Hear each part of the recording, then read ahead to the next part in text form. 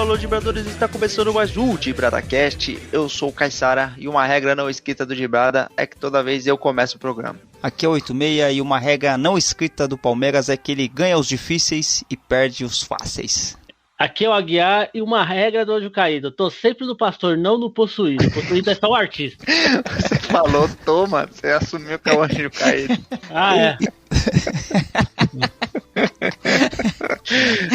E outra coisa, Guilherme, sempre me chama a atenção é que o jogador de futebol sempre agradece Deus e nunca o diabo. Injustiça, né? Fala a verdade. É. Até o Edilson Capetinha nunca agradeceu o pai dele. É verdade, viu? Outra coisa engraçada é que ninguém nunca se perguntou porque o Aguiar e o Anjo Caído não estão no mesmo lugar. Pelo mesmo motivo que o Homem-Aranha e o Peter Parker nunca estão juntos. Boa. É isso aí, Vibradores. A gente vai abordar mais um grande podcast. Dessa vez a gente separou o tema para falar de regras não escritas do futebol, né? Porque existe aquela velha mítica, né? Que toda vez vê o Arnaldo César Coelho, o futebol tem 17 regras, né? Mas a gente sabe que tem muito mais do que isso e tem, se considerando as regras não escritas, né? A gente vai abordar alguma delas aqui, mas antes, Aguiar e 86, quero trocar uma ideia com vocês aqui. Quais são as regras não escritas da vida aí que a gente pode considerar no dia a dia aí? Por exemplo, eu vou começar aqui. Quando você fala pra uma pessoa assim, depois a gente se fala. É que você quer encerrar o assunto e não quer falar mais com a pessoa, não é verdade? Verdade. Ou então quando você fala assim, é complicado, né? É difícil. Quando a pessoa tá errada, tá se justificando e você não quer mandar um pra pessoa, cala a boca, né? Você tá errado, aí você fica complicado, né? Igual algumas situações aí que ocorrem no nosso dia a dia, né? Sempre tem aquele mala que vem reclamar de alguma coisa e você não quer falar, mano, toma jeito, toma vergonha na cara, muda sua postura aí. Mas você manda sempre aquele enfático difícil, né? Vamos lá. E tem a regra também do banheiro, né, o Aguiar e Caissara, que é a regra do mictório, né? Que todo homem sabe que tem que ter um distanciamento de um mictório pro outro, né? Essa regra aí é muito bem bolada também. E quando não tem um mictório de diferença um pro outro, o que você tem que fazer é esperar, né? Não por nada de um ficar olhando pro outro, porque, né, cada um olha o que quiser, mas por uma questão higiênica, por distanciamento social. Verdade. Essa regra aí foi estabelecida já antecipando o cenário atual. Mas sai da cozinha, uma regra que eu acho que é bem que deveria ser aceita é quando você tá, geralmente você tá em empresa, né? Você trabalha em empresa, que todo mundo almoça ou toma café junto. Quando você oferece alguma coisa pra pessoa, é regra da pessoa não aceitar. Você só tem um sanduíche, só que assim, é uma regra não escrita de você oferecer. Eu vou trazer aqui uma ponderação. Por exemplo, você tá na empresa lá, aí você saca um saco de pão. Aí você oferece, aí beleza, né? Aí tudo bem, né? A pessoa tem aquele tipo um pão puma, né? Que tem várias fatias. Aí beleza, você aceitar. Mas se a pessoa tira aquele embrulhadinho, sabe? Que tá no papel filme, que tem 2 fatias, né? E uma mortandela no meio, aí você não vai dar uma mordida nesse lanche, né? Ele só tá oferecendo por educação. Não, eu discordo. Eu acho que a regra é você não aceitar nunca. Mesmo que você tiver um pacote de bolacha. Caraca, velho. Esse comunista safado, o cara quer dividir o pão, velho. Olha, eu trabalhei na empresa que tinha algumas regras. Roubar mistura, roubar iogurte. A regra era roubar? Chegava lá, as marmitinhas tudo sem mistura. Eu trabalhei numa empresa que tinha como é que chama? Aquele que tem 2 andares e fica um monte de marmita no banho-maria, né? Banho-maria. Saca? Aí o que os caras faziam? Os caras eram filha da puta, mas os caras tinham coração, porque os caras trocavam a mistura, tá ligado? Tipo, os caras abriam a marmita, aí sei lá, tinha uma panqueca lá, o cara tirava a panqueca e deixava uma linguiça calabresa lá, mano. É muita sacanagem, mano. Mas tem uma regra que é bacana, não sei se vocês comiam em refeitório. Ou não, vocês já comeram em refeitório, que é o cara, o que você trouxe? Eu já trouxe uma carne, eu já trouxe, então vamos dividir aí, você fica com um pedaço, eu fico com outro, e faz aquele bem bolado. Aí é uma regra bacana. Uma suruba gastronômica. Suruba gastronômica, mas aí é bacana. Mas eu já tenho uma regra que eu sigo, eu não recuso comida grátis, assim, tá ligado? Tipo... Humor de fome. Exatamente, cara, eu não recuso. Não tô falando nessa situação que o 86 citou aí, de pedir, sei lá, um gole do Yakult, é muita sacanagem. Aí é coisa de FDP, mas assim, por exemplo, a pessoa tá comendo assim, digamos que sobra, assim, né? A pessoa tá comendo um pacote de bolacha, tá ligado? Aí a pessoa come metade e fala, puta, tô cheio agora, não quero mais não. Eu sempre aceito nessa situação, assim, não quero, com certeza. Mas uma outra coisa bacana também é café da tarde na empresa, aquela vaquinha, é regra também, aquela vaquinha, aí vai comprar um pão, vai comprar um negocinho. E quem não contribui não pode colar na mesa não pode comer, não. É, isso aí porque fica todo mundo olhando torto, né? Com certeza. E é regra também que toda vez tem um cara que fala, faz a minha aí que depois eu acerto. Sempre tem. Pior que é verdade. E aí você fica com dó de não pôr o cara, mano. Aí você ainda chega e fala, tô fazendo a vez de fulano aí. Não é assim? Esfrega na cara aí, né? Tô fazendo essa vez, mas vai ser cobrado isso, com juros. Com certeza. Outra regra não escrita da família, ô Aguiar, é que a gente pode falar mal da família, mas os outros não, né? Isso aí dá treta. Você pode falar mal da família à vontade, mas se alguém de fora falar, aí é crise. Não, eu ajudo a falar mal. Não, é o que eu ia falar, é porque a nossa família não é essas coisas, né, cara? Não tem um grupo de WhatsApp que dá certo. Olha, nossa família é tão complicada que quando os outros xingam, a gente fala, acho que tá elogiando, na verdade. Você tá falando de quem? Tá pegando até leve. Mas, cara, o Aguiar 86, outra regra não escrita do Gibrado é que o ouvinte sempre tem voz aqui. Tem e-mail, né? Sempre tem voz, tem e-mail. Dessa vez a gente vai citar um comentário que foi feito lá no longínquo programa de 2015 ou 2016, não lembro bem, mas que a gente subiu no YouTube. E um soldado universal, mais conhecido como Van Diesel não, o Van Damme. Eu acho que é o Van Damme que faz o soldado universal, não tenho certeza. Não sou. É o Van Damme. É o Van Damme. Ele comentou assim, ó. É assim, não foi o Van Damme, foi um cara chamado Soldado Universal. Ele não tinha nada melhor pra fazer do que ir lá no nosso vídeo comentar. E falou assim: vim no canal errado. Pensei que era o STF soltando o Luladão. Guel, porque o 2022 o Lula tá aí, né? Vai construir mais um estádio pro Corinthians e vai se candidatar e é capaz de ganhar de novo. Mas eu vou falar, viu, Aguiar? A gente não é petista aqui, mas, né? Aguiar, se o Alckmin se candidatasse, o seu Alckmin, eu votava nele. O Alckmin é o cara, mano. Como disse um colega meu, é o sorvete de chuchu. Não, picolé de chuchu. Picolé de chuchu, isso é verdade. Mas os caras falam muito mal do Alckmin, cara. Eu sou fã dele. Mas, tem e-mail aqui também, viu? Qual que é o e-mail, Guia? O Alckmin mandou e-mail pra Guia dessa vez. É de Boa Vista. O e-mail termina com @gov.com.br. É de Boa Vista, Roraima. É de Faustino Moraes. E ele pergunta pra mesa, o Palmeiras se pipocou? Mano, o CB saiu pra você, eu não assisti os pênaltis contra o Defensa e Justiça, mas o do Flamengo, o Palmeiras, porra, o Luan, mano, ele ferrou a gente lá no Mundial, não que o Palmeiras fosse ganhar, mas ele que fez aquele pênalti lá, e ele também bateu aquele pênalti que nem a avó dele, né, mano, pelo amor de Deus, a avó não, coitada da velhinha, né. O Luan, ele não é tão mau jogador assim, não, mas ele já tá muito queimado no Palmeiras, ele precisa trocar de clube, ele não vai conseguir. Tá com a cara de Botafogo do Rio, né? Ele não consegue mais, ninguém tem mais paciência com o cara, velho. Mano, o Palmeiras tava com 3-1, mano, era só... Tinha 4 chances de fechar, né? Tinha 2 oportunidades de fazer gol e 2 oportunidades de defender, ou o Flamengo perder de alguma forma e seria campeão, e os caras conseguiram tomar a virada, não dá. Não, e é que assim, o problema daquele pênalti que o Luan, ele bateu mal, assim, não é aquele pênalti que você tenta fazer, que o cara chuta demais, bate na tela. Então, foi com a perna pesada, né? O cara tá com muita pressão. Não, foi pênalti de vagabundo, tipo. Que isso? Agora o disclaimer total aqui. Vocês viram no WhatsApp, tem um vídeo dele brincando com os filhos dele. Ele atropela o filho dele. Ele atropela o filho dele. Aí os caras falaram assim que ele não dá segurança nem pra família dele. Puta, eu não vi esse vídeo não, mano. Mas... muita mancada, mano. Precisa se informar mais, 86. Você precisa conviver mais com as redes sociais, 86. Tem um negócio moderno aí, você manda mensagem e recebe na hora.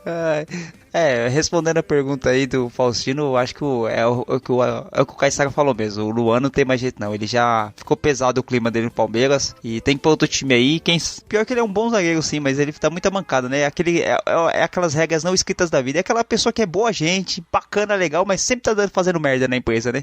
Mas eu também, né, completando, vou resumir o Palmeiras em poucas palavras. Quase perdeu o título do Corinthians, ganhou do Santos na Libertadores na cagada, ganhou do Grêmio Grêmio que ganha de todo mundo na Copa do Brasil, aquele Grêmio que nem foi pra Libertadores, entendeu? Aí quando pega um time melhor, faz essas merda aí. Agora, vou te falar, hein, Caissara, Defensa e Justiça ganhou a Sul-Americana, ficou em terceiro na chave do Santos e ainda bate na porcada, né? E o Santos... Ai, Jesus, essa Libertadores nunca será esquecida. Nunca mesmo, nunca vai. Isso faz parte, né? Tomar gol do Bruno Lopes. É Bruno Lopes, é isso ou Brenner Lopes? Breno Lopes, a gente não sabe nem o nome do cara que fez o gol, é uma vergonha. Próximo... Não, agora não tem próximo não, a regra não é escrita agora é que o programa vai começar. Ah, tá. A primeira regra é não te ligar, a segunda é não te atender, a terceira é provar que eu posso viver sem você. Se me quer, mas vai ficar querendo, vai rodando enquanto eu vou bebendo. Quero ver assim, vai lá. A primeira regra é não te ligar, a segunda é não te atender, a terceira é provar que eu posso viver sem você. Você me quer, mas vai ficar querendo, vai rodando enquanto eu vou bebendo. Chegamos, amigos dribladores. Vamos aqui comentar mais alguns casos, algumas regras não escritas do futebol. E eu começo pela tão famigerada barreira, Aguiar 86. Vocês sabiam que, na regra, ela não existe uma determinação que os jogadores têm que fazer a barreira? Que tem, na verdade, é uma determinação que qualquer jogador do time adversário tem que ficar a 9,15 metros da bola. E aí, consequentemente, eles se agrupam na direção do gol para impedir o seu adversário de chutar mais facilmente a bola ao gol, né? Essa regra da barreira que não existe, na verdade, né? Mas ela é utilizada, assim, de forma corriqueira e não vejo muito como parar de ser usada. Além do mais, ela teve um upgrade nessa regra, né? Que além daqueles 5, 6 jogadores que ficam ali em pé, ainda eles adicionaram um jogador que fica deitado. E o upgrade foi bom. E o Palmeiras perdeu uma grande oportunidade de contratar o Valdívia, que poderia ficar nessa posição de forma magnífica. Ou o Neymar, né? Depois de alguém tocar nele, ele já fica estendido ali. Não, mas o Neymar, apesar que o Neymar fosse o adversário, ele poderia ficar ali, né, tranquilamente, já que está tão habituado, né? Mas que o Neymar é fominha, eu acho, ele gosta de bater as faltas, né? Mas enfim, essa é uma situação curiosa do futebol, né? Porque tem aí essa questão que não impede de que os jogadores fiquem ali aglutinados, e aí às vezes não só a barreira do time adversário, como o time que vai bater a falta coloca mais alguns jogadores, vira um ciricutico ali danado. E dizem, né, que as barreiras iam ser proibidas, né, por causa do distanciamento social, eles iam ter que ficar 1,5 metro um do outro. Mas, cara, a barreira é um negócio muito engraçado, né, mano? Quem que foi a primeira pessoa assim no futebol falou, vamos amontoar aqui, vamos ficar juntinho aqui, ó, tá frio aqui, vamos dar aquela chegada e vamos impedir o gol, assim. A barreira é um negócio muito orgânico do futebol, assim, né? E eu tenho uma opinião um pouco conversa contra a barreira, porque eu acho que em algumas situações ela mais favorece o time que vai bater a falta do que o time que tá defendendo, porque a barreira acaba ocupando a visão do goleiro e ela serve como referência pro cara que vai bater, e o goleiro também ele fica mais, por exemplo, ele coloca a barreira de um lado, ele fica mais pro outro lado, né? Eu acho que faltas com uma distância um pouco maior assim, igual aquelas que o Marcelinho o Carioca gostava de bater assim, que ele metia um monte de curva na bola, o Neto também se consagrou fazendo gol de falta, a barreira acaba favorecendo esses batedores, né? Porque ele joga a bola por cima da barreira, na hora que o goleiro vê a bola passando da barreira, já tá muito perto. E eu acho que sem nenhuma barreira, nesse chute de mais média distância, seria mais difícil até fazer o gol. Não sei se vocês concordam comigo, se eu conseguir fazer entender. Não, sim, mas assim, o grande problema disso é que tem goleiro que se acha muito bom, né? Diga de passagem o Cássio, que às vezes fala não, vai sem barreira mesmo, abre a barreira e toma o gol do mesmo jeito. Mas o goleiro tem que se garantir, né? Então, mas ultimamente, os últimos 10 anos pra cá, tem tanto cobrador de falta ruim que acho que nem precisa mais de barreira, viu, cara? Deixa os caras cobrar e a natureza cuida. Porque vocês eram muito novinhos, mas eu vivi os anos 90, uma cobrança de falta do Marcelinho, até do próprio Rogério, que encerrou não faz muito tempo, uma cobrança do Giovani, de vários jogadores, Zico, né? Eu peguei um pouco do Zico também, por isso que eu já tô meio velho. Mas qualquer falta que esses caras fossem cobrar era meio gol Neto, né? Não pode deixar de falar do Neto, né? O Neto fez uma carreira em cima de bater falta, praticamente, né? Isso, você falou, né, do Cássio, eu lembrei de uma vez o Veloso, cara, que não mandou pôr barreira, e acho que foi o Neto, né? Não, foi o Marcelinho Carioca. No meio de campo do Pacaembu, meteu no ângulo do Veloso contra o Palmeiras. Aquele foi engraçado, vale a pena até vocês procurarem no YouTube esse gol. Mas, só pra fechar, eu peguei um comentário aqui do Gaciba, a origem da barreira veio do futebol britânico, que pedia que tinha um sistema de jardas de 9,15 metros na cobrança de falta. Então, o culpado da barreira é o futebol inglês. O futebol inglês, você fala o futebol praticado na Inglaterra ou uma outra modalidade? Não, futebol praticado na Inglaterra. Tá bom. Só que naquela época ainda eles dividiam por jardas, apesar de ser o futebol com o pé. Vocês estavam falando do Valdívia? Posso fazer um comentário do Valdívia? O Valdívia tá jogando no União Calera, um time que tá se destacando lá no Chile e tá disputando sua primeira Libertadores. Time esse que daquela série que eu recomendei pra vocês, Ted Lasso, que era do presidente da Federação Chilena, um time pequeno lá da Federação Chilena. O Valdívia está por lá, e quem quiser assistir essa série está eu não sei se eu falo certo, que o meu inglês é péssimo, é Apple TV, ou se você achar melhor, Maçã TV. E uma regra não escrita do Divide é que o Aguiar sempre vê com os documentários que só ele assistiu. Não, essa série é boa. Se vocês assistirem ainda, é problema de vocês. Eu já indiquei. Minha parte eu fiz, né, Aguiar? A minha parte eu fiz. E até dei informação. O Valdívia tá lá, com 70 anos. O objetivo é o seguinte, é explicar para a criança, para o torcedor de um modo geral e para os boleiros, porque tem muito jogador que joga e não conhece a regra. E aí eu comecei a falar, mas a regra é clara. A regra é clara. E essa regra é clara. Outra regra não escrita que os juízes utilizam bastante é aquele famoso perigo de gol, ou seja, o time tá com uma bola em disputa ali, aquele lance meio duvidoso, o juiz nota qualquer ação de contato do ataque na defesa, o juiz marca falta a favor da defesa. E, muito provavelmente, se fosse o contrário, né, se fosse a defesa no atacante, ele não daria falta porque seria pênalti ou algum lance perigoso. Então, assim, a tolerância do juiz em relação à falta a favor de defesa ou de ataque é totalmente mutável, e a gente vê isso muito, né? O zagueiro ele sobe para cabecear a bola, o atacante encosta no zagueiro, o zagueiro cai, é falta. Se fosse o contrário, logicamente ele não daria o pênalti. Então por que eles marcam tanta falta a favor da defesa, né? Fica o questionamento. Isso aí é normal, né? Isso aí depende do árbitro, depende da situação da partida, se tá faltando pouco tempo para acabar o jogo, para quem tá precisando. O juiz, ele quer se livrar de uma situação ali que vai acarretar problemas para ele faz, foi falta no goleiro, foi falta em algum jogador. Isso cai muito no nosso próximo tópico, que é a cera do goleiro. Você encosta no goleiro, o goleiro vai cair. Não, depende, tem que contextualizar, né? Se ele tiver precisando É o que eu ia completar. Se ele tiver precisando do resultado, o goleiro vai cair, ele vai ser atendido em campo, o juiz vai ficar 5 ou 6 minutos ali parado e o juiz vai dar 2. E principalmente após alguma defesa, né? Daqueles 45 do segundo, o cara chuta, ele espalma a bola para escanteio, aí ele já aproveita e fica no chão ali mais uns 2, 3 minutos. O juiz sempre dá aquele migué também, não, vou adicionar. Aí o cara fica 3 minutos no chão, o juiz dá 30 segundos de acréscimo e fica por isso mesmo. Essa é uma clássica. O goleiro tem essa vantagem de não poder ser retirado de campo para ser atendido, e a regra não impõe nenhum limite de tempo de atendimento, de quantidade de atendimento, então é a farra dos goleiros. Essa aí é uma regra não explicada, na verdade, né? Essa coisa do goleiro poder ser atendido em campo, não tem muito sentido isso aí pra mim, pelo menos. Na verdade é por uma questão de posição, né? Porque o goleiro é o único jogador que realmente tem uma questão da regra diferenciada, né? Porque, assim, tem zagueiro e atacante, mas eles não têm diferença, assim, né, de regras, né? Eles não podem fazer nada de diferente entre eles, né? O goleiro, sim, o goleiro, ele dentro da área, ele é o único jogador do time que pode pegar a bola com as mãos, né? É a única diferença básica. Então, por você não conseguir substituir o goleiro imediatamente ali, tem essa regra, né? E aí o pessoal se aproveita disso. Tava puxando aqui no site Dicionário Criativo, tem uma expressão aqui para dar perigo de gol. Aí eu quero que vocês falem se concordam ou não. Aqui para ele é assim: o juiz marcar uma falta que ninguém havia notado na hora em que o time ia marcar o gol. Tá parecendo uma coisa meio Corinthians isso aqui, né? O que vocês acham? Depende de que lado da área é. Então. Vai tá parecendo meio Corinthians isso aqui, viu? O objetivo é o seguinte, é explicar para a criança, para o torcedor de um modo geral e para os boleiros, porque tem muito jogador que joga e não conhece a regra.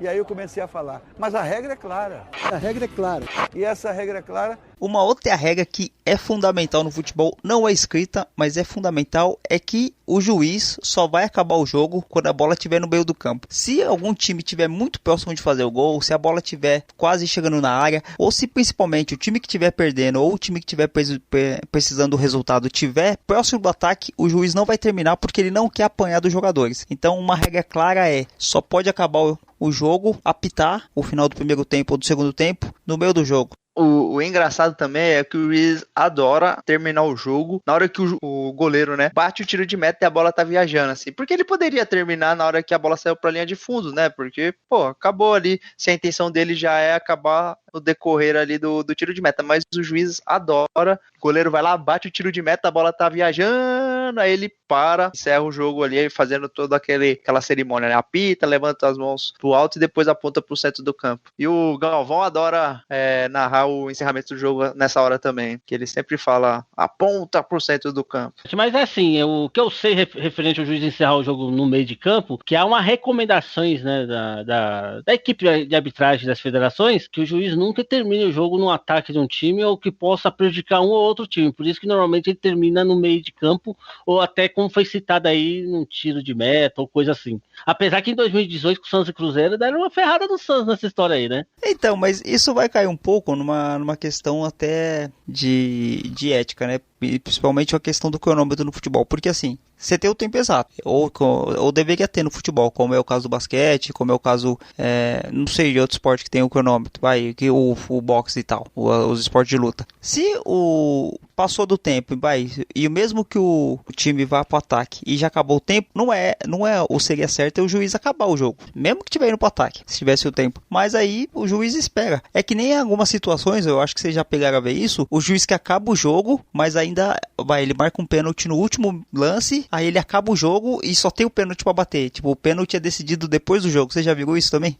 Já, inclusive hoje, né, com a questão do VAR, isso é muito possível de acontecer, porque na regra, né, no descritivo do VAR tem essa situação. Por exemplo, houve um lance duvidoso de pênalti, né, o gol inválido, enfim. Se houve e o juiz acaba o jogo na sequência e o VAR identifica que realmente houve o pênalti, por exemplo, ele pode iniciar a partida novamente para bater o pênalti e aí encerrar o jogo. É muito curioso isso e muito esquisito, né? Eu confesso que não sou muito, não me agrada muito essa situação assim de um juiz acabar e de repente, entre aspas, reabrir a partida para ser batido um pênalti. Mas aí que tá a questão. E se o juiz vai uma situação dessa, abre o jogo, o jogador chuta, o goleiro defende e tem rebote. Aí ele termina o jogo ou ele continua?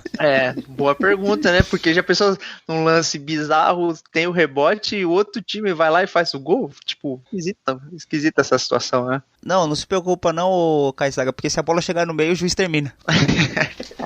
É verdade. O objetivo é o seguinte, é explicar para a criança, para o torcedor de um modo geral e para os boleiros, porque tem muito jogador que joga e não conhece a regra.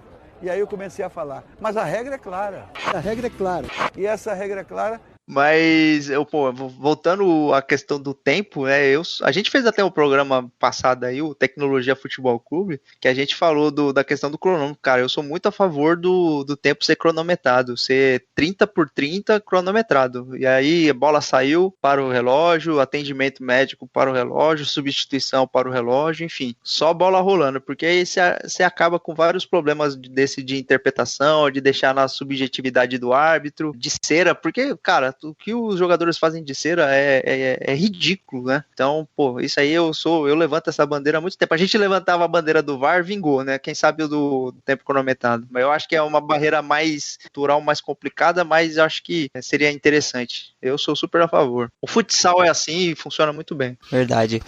Outra regra importantíssima do futebol é que eu tenho certeza absoluta que aqueles dois relógios do juiz não servem pra porcaria nenhuma, pra porra nenhuma. O juiz não cronometra porra nenhuma e ele dá 3 minutos no final do primeiro tempo e 5 minutos no final do segundo tempo. Ele não mede nada, eu tenho certeza disso. E ainda mais com esse negócio do VAR que os caras estão sempre se falando, né? Os caras devem ser bolão que os caras fazem. Quantos minutos ele vai dar? É sempre 3 minutos. É uma palhaçada isso aí. Porque o jogo, ele não é tão linear assim, né, pra o juiz sempre manter esse padrão, né, de 2, 3 minutos no primeiro tempo e 4, 5 no segundo. É inacreditável. Pra que ele levar 2 relógios no braço se não vai fazer as coisas direito? O juiz tá parecendo, tipo, tem os 2 relógios no bolso, tem o spray, tem o microfone. Tá... É o Batman, né, cara, cheio de gadgets. Inspetor Bugiganga. É o inspetor Bugiganga, mas... Essa questão do acréscimo também, eu acho, não sei se vocês vão concordar comigo, mas depende também muito da camisa do time, né? O time pequeno sofre com isso aí quando o time grande tá perdendo, hein? Existe aquela regra, né, na dúvida é pro time da casa, né? Essa é uma regra não escrita também. Mas, não, que eu já vi aí, eu acho que foi o jogo do Náutico esses dias aí, que acabou com 54 do segundo tempo, até o Náutico empatar ou virar. Eu não lembro se é o Náutico ou o Sport, foi no Campeonato Pernambucano aí. E assim a camisa vai pesando, né? Agora que esse negócio de acréscimo ainda, que tem substituição, tem parada, tem isso, tem aquilo lá, fica mais fácil ainda pro acréscimo. É igual eu jogo na liga, né, de futsal às vezes, aí quando a gente joga como visitante, né? Aí sempre quando o placar tá apertado assim por 1, 2 gols de diferença e o outro time tá tentando empatar, aí é sempre o placar eletrônico desliga, sabe? Os caras metem o migué, tipo, porque o placar eletrônico mostra o tempo, né? Mas é sempre, tipo, acabou, desligou do nada, assim, aí os caras começam a marcar no celular, porque aí não fica difícil mais fiscalizar, né, digamos. Então, sempre tem essa, né? Regra não escrita. O objetivo é o seguinte, é explicar para a criança, para o torcedor de um modo geral e para os boleiros, porque tem muito jogador que joga e não conhece a regra. E aí eu comecei a falar, mas a regra é clara. A regra é clara. E essa regra é clara... 86 e Caiçara. Uma que deixa o anjo caído muito chateada. Você sabe qual que é, Caiçara? É aquela que só agradece a Deus, nunca agradece o nosso companheiro de programa aqui. Você acha que isso é justo? Vocês acham que isso é justo? Essa questão aí do anjo caído ficar chateado é bem difícil mesmo, porque, olha, eu acho que tem um monte de jogador que é ateu, que é de outras religiões, nem é cristão, mas sempre tá agradecendo a Deus pelos 3 pontos, graças a Deus pela vitória, o jogo foi bem jogado, o time se esforçou e graças a Deus nós conseguimos 3 pontos. Eu fico pensando assim, que Deus vai estar assistindo 15 de Jaú e Palmeiras? Que Deus vai estar assistindo Barcelona de Guayaquil e Santos? Santos, ele pode estar assistindo, sim, né? Eu concordo também. O rei não tá lá fora. Por causa do filho dele. Porra, porque ali tá toda a entidade, né, superior, tá ali, todos os Santos, né? Tem muito amigo dele que tá ali, né? Então, eu acho que do Santos ele poderia estar assistindo, sim. Você acha que Deus ia se preocupar de dar um Mundial de 51 pro Palmeiras, por exemplo? Mas essa questão do jogador agradecer aí foi uma coisa que é muito satirizado em programas de humor, né? Em sketch de internet. E a gente aqui realmente faz. Até quando a gente tá na vida assim da gente, assim, quando a gente tá brincando, falando alguma coisa, a gente vai, graças a Deus, a gente vai tentar fazer o melhor trabalho aí, conseguir os 3 pontos e fazer um bom jogo. Resultado positivo. É o discurso padrão. Mas é complicado, né? Como diz o Milton Neves, Deus tem coisa mais importante do que se preocupar com o futebol, né? Mas, Caiçara, você acha que tem jogador que fez pacto com o anjo caído pra conseguir jogar melhor, pra ir pra alguns clubes? O que você acha disso aí? Pô, acho que é uma acusação um pouco leviana, né? Dizer que alguém fez pacto. Isso aí é muito anos 90 aí de um apresentador infantil, né? Que depois foi pro canal do diabo, realmente, né? Olha a polêmica. Mas a gente tem alguns jogadores aí que tem uma carreira que a gente simplesmente não entende, né? Então fica no ar aí. Será? Será que se pegar a chuteira e virar ao contrário dá alguma coisa? Não sei. Chegou no relatório que chegou aqui, tá escutando o barulho? Chegou em minhas mãos agora do anjo caído. O fax. 1.386 jogadores. Brasileiros e internacionais? Não, aqui é juntando só os brasileiros, de todas as divisões. Ok, eu aposto que inclusive de alguns podcasts. Não, isso que o Caiçara falou, né, não tem nada a ver com o programa que a gente fez, mas tem um programa 43 que a gente fala que é os melhores empresários do futebol, que são alguns jogadores aí que pintaram, é que nem assim, gente, vocês estão vendo o Dibrado hoje aqui, imagine que o Dibrado daqui uma semana faça parte do podcast da Globo. Vai ter alguma coisa de errado. Vai ter alguma coisa de certo, né? Porra, me ajuda aí. Pensou, Caiçara, você disputando, você... A pessoa, a gente tá aqui gravando, de repente entra o Galvão Bueno aqui pra falar com a gente. Que coisa, né? Mas isso aí na edição a gente faz. Eu quero dizer, eu queria, em nome de 400 profissionais envolvidos nessa cobertura, dizer muito obrigado pela audiência, pela enorme audiência, pela parceria, pelo prazer de estarmos juntos. Foi bom demais. Então é hora de fazer um convite. Respire fundo para o que teremos pela frente. Mais uma vez, obrigado pelo carinho. Um grande abraço a todos vocês, milhões de brasileiros que estiveram conosco em todos esses dias. Mais uma regra que essa daqui eu que escolhi, porque, porra, pra mim é muito irritante isso, mas o time do Cuca sempre cobra o lateral na área. É impressionante. O cara ganha 500 pau por mês e o treino do cara é ficar jogando bola na área de lateral pra algum atacante ficar cabeceando a bola, ficar brigando ali. Porra, como isso me irrita, velho. O time do Cuca sempre cobra o lateral na área. Acontece muito isso, né? Em todos os times dele, nas 3 passagens pelo Santos, nas 300 passagens pelo Atlético Mineiro, sempre foi assim. Porra, ele consagrou o Marcos Rocha fazendo isso. O Marcos Rocha, ele não treinava cruzamento com o pé, mano. Ele só treinava com a mão, velho. É irritante, velho. O cara ficava jogando bola de areia o tempo todo lá no CT. Tá de brincadeira. E gosta tanto de lateral que a confusão foi na lateral também. Tem umas regras não escritas aí de técnico é fogo. Essa do Cuca realmente, o do Marcos Rocha, mas tipo assim, você pega os times do Oswaldo de Oliveira são sempre retranqueiro. Os times do Vanderlei Luxemburgo começa bem, termina mal. Mano Menezes é sempre o time retranqueiro, gosta só de ganhar de 1-0. Oswaldo Oliveira perde o Vituano, não, isso aí não vale. Oswaldo de Oliveira, ele já entra no clube com data pra sair, né? É 3 meses, é o ciclo dele. Não, o Oswaldo de Oliveira merece um programa especial pra ele, viu, cara? É um técnico que ninguém entende porque ele tá ali. É o famoso caso do elefante em cima da árvore. É verdade, é verdade. O que a vaca vai fazer em cima do telhado? É o Oswaldo Oliveira. O Oswaldo Oliveira, ele deve ser um cara tão gente boa que uma vez ele saiu do Flamengo e os caras deixaram o irmão dele como treinador principal, velho. O Oswaldo Oliveira é inacreditável. Ele conseguiu sair, ser demitido e deixar a boquinha pro irmão. Vocês acham que se um dia o Oswaldo Oliveira fizesse o nosso podcast, acabaria em 3 meses também? Pô, mas a gente ia ganhar dinheiro, porque o Oswaldo Oliveira, ele ganhou muito dinheiro, cara.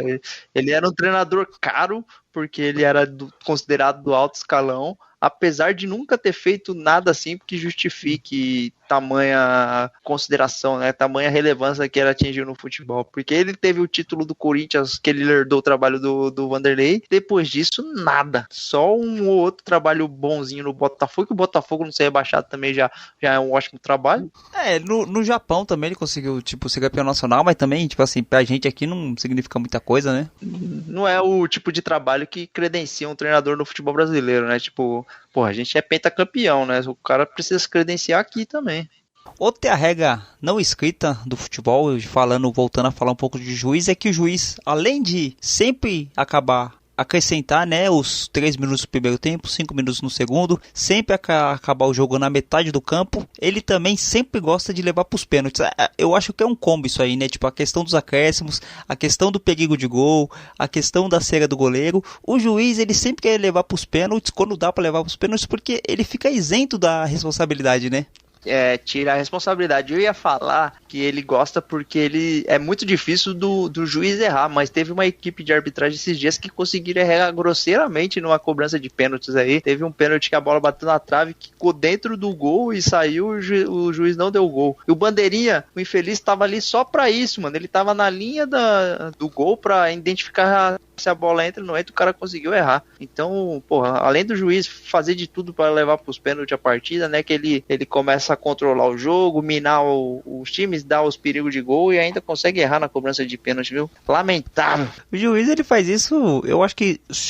É que assim, quando o juiz faz isso, se o repórter for entrevistar ele no final do jogo, ele vai falar a mesma coisa que o jogador. Graças a Deus aí, a gente fez um bom trabalho, conseguiu levar pros pênaltis, graças a Deus. O objetivo foi cumprido, né? Porque nos pênaltis, você vê que não tem reclamação nos pênaltis, a não ser que tenha acontecido uma coisa muito grave no jogo, muito descarada assim, quando o cara... Eu vou falar, 86, que os próprios jogadores, eles gostam de levar pros pênaltis, porque...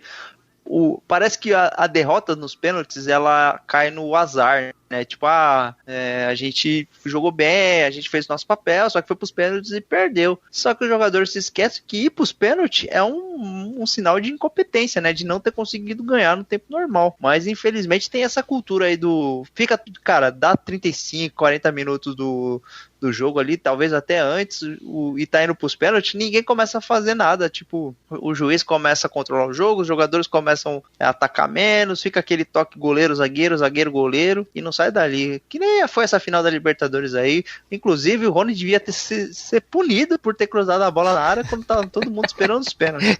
Culpa do Cuca. Outra regra também de juiz é que assim, o jogador, isso aí o jogador acha que é regra e não é. Sempre quando o jogador dá uma canelada no primeiro lance aí, ele fala assim, mas professor, foi a primeira. Não tem regra escrita de que a primeira você pode fazer o que for, tipo, é como se fosse o réu primário, sabe? O jogador pensa assim, tipo... Mas, você sabe que isso aí, antigamente não tinha o cartão amarelo, né? Era só a expulsão direta. Então, assim... eu não vou lembrar o nome, mas tinha um zagueiro que era famoso por falar isso. Cara, na primeira janta o atacante, porque o juiz nunca expulsa na primeira. E aí eles carregam essa, entre aspas, essa cultura até hoje, né? Só que agora com o amarelo, o juiz, né, é mais fácil ele dar um amarelo do que um vermelho. Então o cara fica nesse migué aí. Tem jogador que é tão cavalo assim, tipo, você pega um Wilson Cotardo da vida lá, que quase acabou com a carreira do Kaká, tipo, ele... Dá uma jantada e tem a cara de pau de falar que foi só uma. Porra, mas essa valeu por 10. Não, o pior nessa situação é quando os companheiros do time, tipo, reforçam pro juiz. Ô, juiz, foi a primeira, não foi nada, não sei o quê. Exatamente. Mas com o Oscar Godoy não tinha isso aí, não. Vocês já ouviram falar no Oscar Godoy, né? Não sei se vocês pegaram. Pau neles. Então, tu ia assistir uma estreia do Viola, do Lúcio e do Claudio Miro na Santos São Paulo Morumbi. 5 minutos de jogo. Primeira entrada do Claudio Miro, vermelho. O Claudio Miro era, pelo amor de Deus, né, mano? Ele ia com uma peixeira pro campo. Como é o nome do Claudio Miro, Aguiar, que você gosta de falar? Deus da raça, Claudio Miro, entendeu? Cara ali não desistia em nenhum lance. O Claudio Miro, ele é da escolinha de futebol do Galeano, do Marcinho Guerreiro, do Márcio Araújo. Pra galera mais jovem, ele é um Felipe Melo que não sabe jogar bola. Tipo, ele é a parte do Felipe Mas Felipe Melo sabe jogar bola? Não, o Felipe Melo é bom jogador. Ele é maluco e violento, assim, em excesso. Mas ele sabe jogar bola. Ele é um jogador de qualidade técnica, assim, acima da média até. Mas ele bate demais. E é violento, assim, acima do necessário. Ele passa do ponto muitas vezes, né? O Claudio Miro era o Felipe Melo, só que sem saber jogar bola, assim, sem a parte qualidade técnica que o Felipe Melo tem. Qual Copa que o Felipe Melo entregou? Foi de 2010, 2014? 2010, né? Na verdade, aquela Copa ali, tipo, contra a Holanda, ele deu o passo pro Robinho fazer o gol, tipo, é um lançamento muito bom, assim, né? Não, ele mandava no... Assim, eu vou falar uma coisa aqui que vai chocar, mas, por exemplo, o Felipe Melo é mais jogador do que o Casemiro, por exemplo. Só que o Casemiro, ele tem mais juízo, né? Um cara mais consciente. Mas, assim, o Felipe Melo jogando, naquela época, ele jogava mais que o Casemiro joga hoje. O Casemiro é o grande meio campo do Real Madrid, hein? Na minha opinião, logicamente, né? Mas, enfim, o Felipe Melo, ele jogava demais e tava bem na Copa do Mundo, só que no segundo tempo teve aquele lance do primeiro gol, que ele meio que trombou ali com o Júlio César, e aí saiu o gol, eu acho que dá uma afetada nele, aí depois ele teve aquele lance que ele pisa grosseiramente no Robin e é expulso, e aí mina qualquer possibilidade da seleção. Agora também, eu pus uma dúvida aí que, pelo amor de Deus, né, falar que foi Copa 2010, 2014 foi 7-1, nem se tivesse Felipe Melo lá, salvava. Porra. Não salvava não, mas que ele tinha tirado os dois da Alemanha, ele tinha. Isso aí, com certeza. A Argentina ia ter o trabalho facilitado na final, com certeza. Eu também é isso aí. Eu acho que depois do quarto, do quinto gol ali, o Miller já não ia ter perna, não. Não sei se o Close ia conseguir passar o Ronaldo, não, viu? É verdade. Cara, porque o Felipe Melo ele não afina, não. Ele tem vários defeitos. Eu nem acho ele. Eu acho que, por exemplo, você tem em campo, ele é um risco, né? Porque qualquer hora ele pode ser expulso, mas ele não afina, não. Isso aí não pode falar, não. É falastrão. O objetivo é o seguinte: é explicar para a criança, para o torcedor de um modo geral e para os boleiros. Porque tem muito jogador que joga e não conhece a regra. E aí eu comecei a falar. Mas a regra é clara. A regra é clara. E essa regra é clara outra regra não escrita do futebol, eu vou puxar aqui, é que pênalti pode ser qualquer pênalti, pode ser o Felipe Melo dando um carrinho no peito do atacante. O time que sofre o pênalti sempre reclama com o juiz, já perceberam que sempre tem aquela rodinha ali no juiz? Mas às vezes é um lance assim grosseiro, tá ligado? E os caras têm a cara de pau de reclamar alguma coisa. E é uma reclamação, que é uma regra não oficial, mas é uma reclamação que nunca, hipótese alguma, o juiz vai voltar atrás. Tipo, não tem, a não ser que seja pelo VAR, assim, mas não tem o que vai fazer o juiz voltar atrás, mesmo com aquela rodinha ali, tipo, mas se eu acho que assim, o jogador pensa, se eu não reclamar, vai ficar feio. Não, mas tem uns lances, porque assim, reclamar faz parte do jogo, né? Você reclama. Mas tem alguns lances que, cara, o jogador ele tem que ter noção, né? Ele tem que falar, porra, né? Foi pênalti, não tem o que fazer. Mas é engraçado que qualquer lance, pode ser do mais simples ao mais grave, assim, pênalti e expulsão, sempre tem a rodinha ali no juiz pra ficar você não marcou aqui, não marcou lá, não sei o que, no próximo você vai ter que dar pra gente também, e fica nessa rodinha aí, né, inclusive roubando o tempo de jogo, mas enfim, é engraçado também, mas essa regra não escrita do futebol, que acontece em todos os lugares, é impressionante, parece que o jogador faz uma graduação pra ser jogador e tem esses itens. Outra regra bem importante do futebol é que em época de carnaval o Neymar vai se contundir. Com certeza, né? Dependendo ali da época do ano, o Neymar já dá aquele miguezinho, né? Já, curiosamente, ele já tá com a passagem comprada, com desembarque no Rio de Janeiro, e vai fazer a sua recuperação com gelo e vodka. Idem Edmundo da Fiorentina. Sim, Edmundo. O Neymar é da escola do Edmundo, do Romário. A questão é que, assim, o Neymar... Tá afinando pro Edmundo, 86? Tá afinando. Não ia falar isso. Eu ia falar que assim, eu ia falar assim, de quem que ganhou mais. Eu acho que o Romário, querendo ou não, ganhou uma Copa do Mundo do Brasil. É que o Edmundo não jogou uma Copa, mas não ganhou. Então eu acho que o Edmundo, a carreira do Neymar em comparação com o Edmundo é maior, né? O Neymar conseguiu Liga dos Campeões já, tá um tempo na Europa. A carreira do Neymar é maior do que a do Romário já, em questão de título, né? Só que tem o peso da Copa do Mundo aí como protagonista pro Romário, né? Isso aí é um fator... Então, mas pra mim isso aí já quebra todo o Neymar, porque se você ser protagonista numa Copa é uma coisa que pouquíssimos jogadores fazem, pouquíssimos jogadores têm esse mérito. Você pode ganhar tipo 3 Ligas dos Campeões, mas porra, você ser protagonista e ganhar uma Copa do Mundo... Então, na sua opinião, o Messi não é maior que o Romário? Com certeza não. Tá maluco, não dá nem pra argumentar com um cara desse, mas vai lá. Pergunta no Barça quem que é melhor. Você tá maluco? Ele é Deus, o Messi é Deus no Barça ainda. Não, eu tô brincando, mas eu acho que a Copa do Mundo, ela significa bastante, assim. É que vocês estão falando assim, o Messi realmente ele é acima da média, mas o Messi ele já ganhou muita coisa, ele já tá há muito tempo, o Messi realmente é um ponto fora da curva, mas eu acho que o Neymar, não sei, cara, eu acho que a Copa do Mundo representa bastante, assim, mas o que você achou do Neymar vir toda vez pro Carnaval, Aguiar? Você que é um cara que gosta de Carnaval. Eu gosto muito de Carnaval. E não é só o Neymar, não. Tem muito jogador aí que arruma umas desculpinhas pra aparecer no Carnaval, né? Agora acabou a festa, né? Por enquanto, né? Que tá coisa igual de Covid, não tem Carnaval, então tem desculpa dos caras virem pra cá. Mas, Aguiar, você já desfilou, já foi de escola de samba, já foi mestre de bateria, já foi muito namorador. O que você tem pra falar do Carnaval aí? Muito namorador, muito Carnaval. O que é isso? Vocês acham que eu sou o quê, cara? Tô achando que você é um carnavalesco, um boêmio. Não, eu só desfilei. Mas... Passou muito carnaval em banheiro químico. Que isso? Que isso? Não, mas assim, jogador de futebol é assim mesmo, cara. Futebol brasileiro, chega no carnaval, é desculpa pra vir pra cá, cara. Não, eu não queremos saber mais do jogador, nós queremos saber de você. Eu não tenho o que falar. As minhas histórias de carnaval são só histórias normais, nada de fora, nada que saia na curva, não. Cara, uma história normal de carnaval pode significar muita coisa, cara.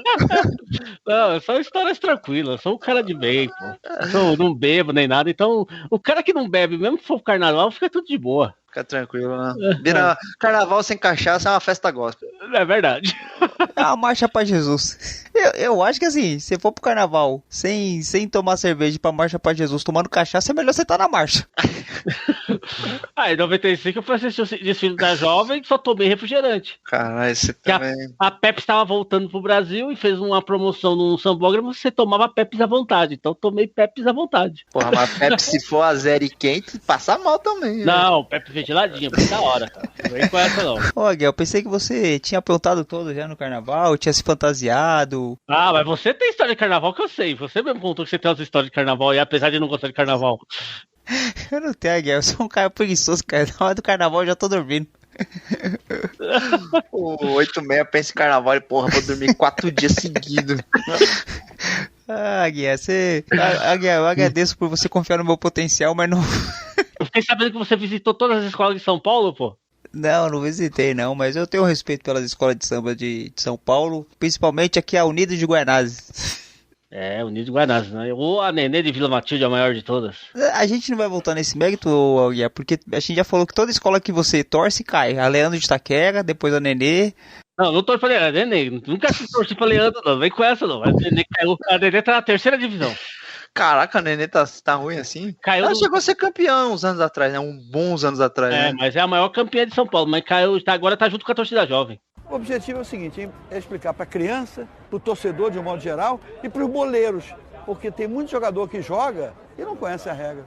E aí eu comecei a falar, mas a regra é clara. A regra é clara. E essa regra é clara. Outra regra não escrita do futebol, mas que ultimamente está acontecendo muito, é que o Vascão e o Botafogo sempre estão caindo. Futebol do Rio, né? Vai começar o bairrismo do Aguiar. 4 times grandes que é um 3. Eu falei alguma coisa demais? Esculachando os outros estados. Não. O cara que torce pro Santos e mora em São Paulo. Aí é brincadeira. Mas o Santos tem torcida do mundo. Isso aí não você falou aí, não tem diferença nenhuma. Seu bairrista.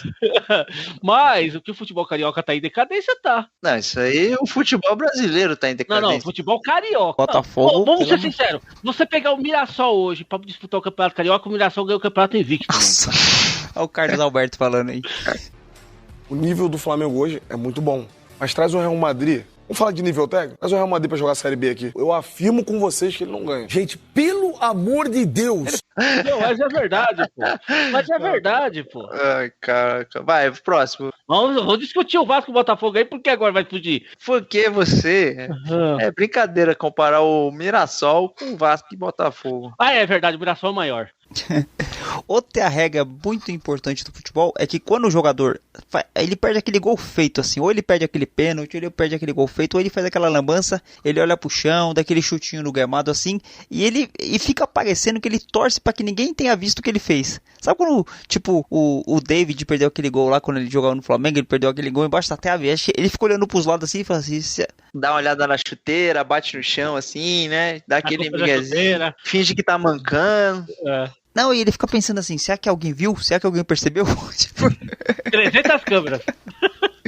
Porra, brincadeira, mas eu acho muito engraçado, né? Porque o jogador daqui, mano, é muito ritual, né? Ele levanta, né? Dá aquela sacudida assim na roupa e tal, aí olha pro chão, bate 3 vezes a chuteira com o bico assim no chão, dá uma mancadinha assim, faz uma cara feia e começa a correr mancando assim, aí depois volta ao normal. Magicamente. É um ritual que os jogadores fazem quando acontece esse episódio. Eu tenho uma regra que não está incluída aí, mas vale dentro do assunto. Eu acho que os câmeras de transmissão de futebol tem uma regra. A hora que o cara vai cuspir no gravado, ele filma o cara cuspindo. Vocês viram isso? Mas não é isso não, é que os caras cospem demais, mano. Aí uma hora tá filmando. Mas é engraçado, é cada catarrada. E quando tá mais frio assim, que os caras metem aquele cuspe pelo nariz, manja? Sim. Que eles fecham um lado assim, dá aquele jato com o outro. Tá que pariu, velho.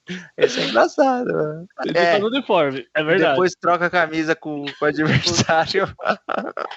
Nossa.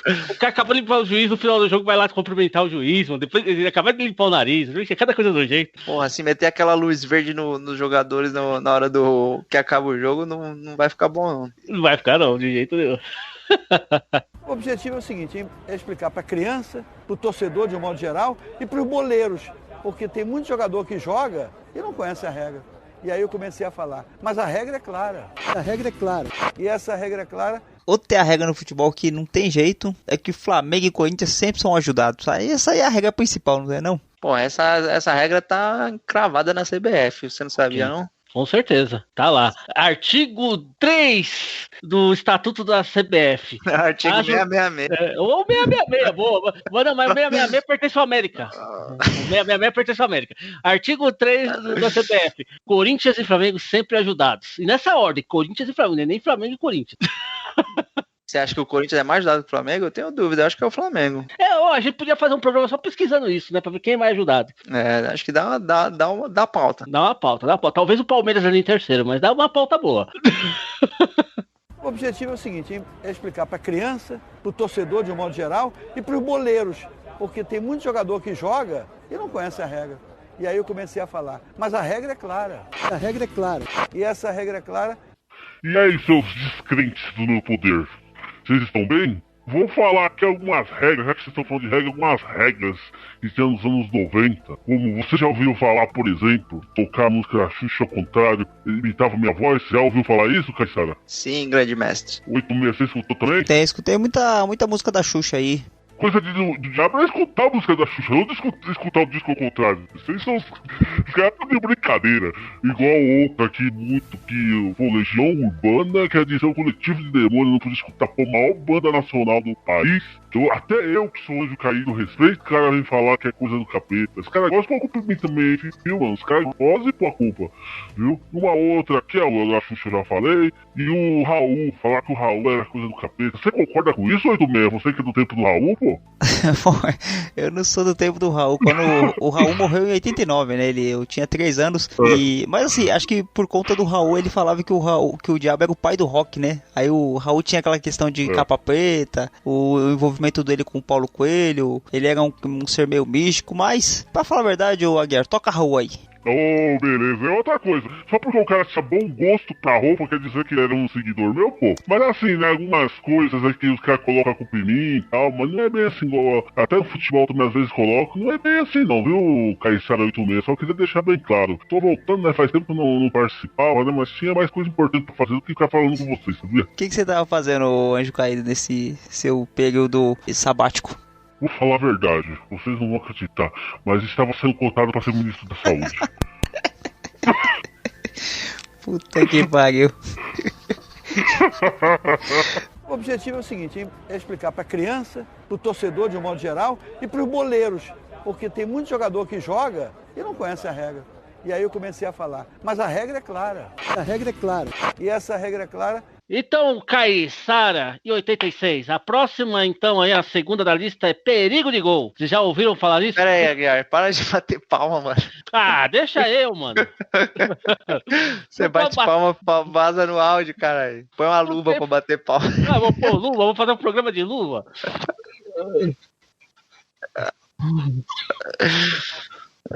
Dá lá, vocês puxam agora, eu vou puxar mais não. Não, pode puxar. Não, puxa aí, um dos dois. Puxa um dos dois. E aí, seus Carlos? Eu não sei falar isso, não, Carlota, você quer? Mas o Carlos tem língua presa. Ai, caralho. Calhordas. Qual é? Carlota. K-C-A. O R é no Lhor, é no Lhor. Calhordas. Calhordas. Não, deixa quieto, vou falar outra coisa. Tá muito difícil. Batuque, balanço, swing, praia e carnaval. Hoje no pé do morro tem ensaio geral. Eu quero ver gol. Não precisa ser de placa, eu quero ver gol. 2 dias sem dormir, chega domingo de manhã, fica difícil passar. Sem um banho de mar, tem a distância, a lotação. Tumulto então, tô no favelinha. Peguei fora da linha, meia Copacabana é o bonde ideal.